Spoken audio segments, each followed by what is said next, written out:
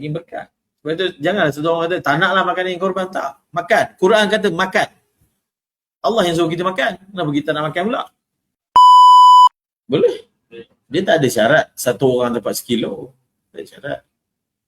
Ambil berapa kilo boleh. Kan? Janji portion yang beri kepada fakir kita dah settlekan. Dia setiap daripada seekor lembu kena ada 7, sebab kan 7 orang. Kalau lembu tu 7 orang lah. Kena ambil 7 portion daripada setiap 1/7 dan wajib serahkan kepada fakir miskin. Kalau portion yang 1/7 itu telah disempurnakan, baki tu kalau dia tak bagi kat orang pun tak apa, dia makan sendiri pun tak apa. Kan? Dia makan sendiri, simpan dalam dia punya peti ais dia, dalam freezer dia, sebanyak-banyaknya. Tak masalah, boleh. Dia sekadar tunaikan yang wajib je. Yang wajib tu sebenarnya setengah.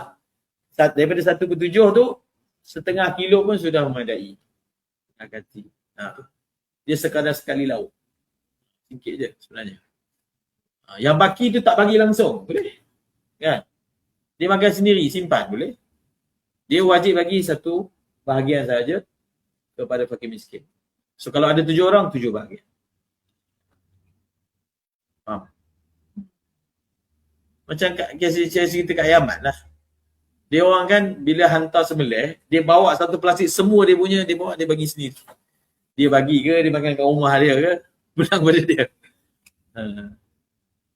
Kalau dekat Sana'a Yaman, saya pernah semayang pernah raya haji kat sana lah. Dia lain sikit.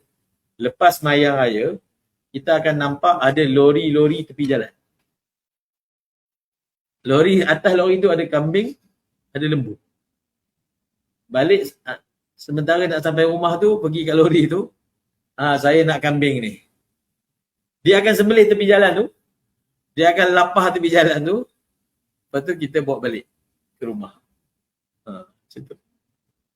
Jadi tepi jalan tu kira waktu raya haji ni penuh dengan darah lah. Lepas tu dia bersihkan lah. Dia tunggu siapa nak beli kambing lepas sembahyang raya, boleh beli.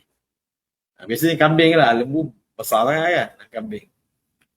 Okay. Dia binatang korban ni, daging korban ni bagus kita simpan. Kita pun ada sebab kita memang disunatkan makan. Paling kurang makan sikit. Kalau nak simpan 1/3. Kalau ambil semua pun tak apa, tapi ada portion yang diberi kepada fakir miskin. Itu saja yang wajib. Jadi yang bagusnya dibagi semua lah, yang bagus.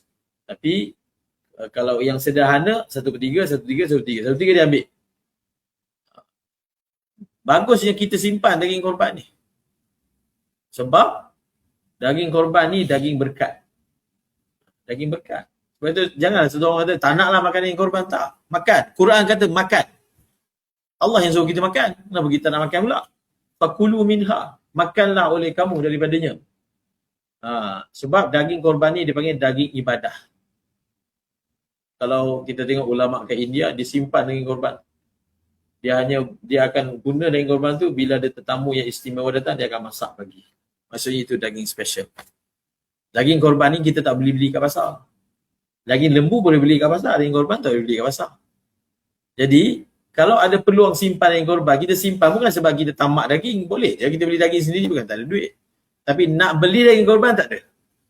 Duit pun tak boleh guna untuk beli daging korban.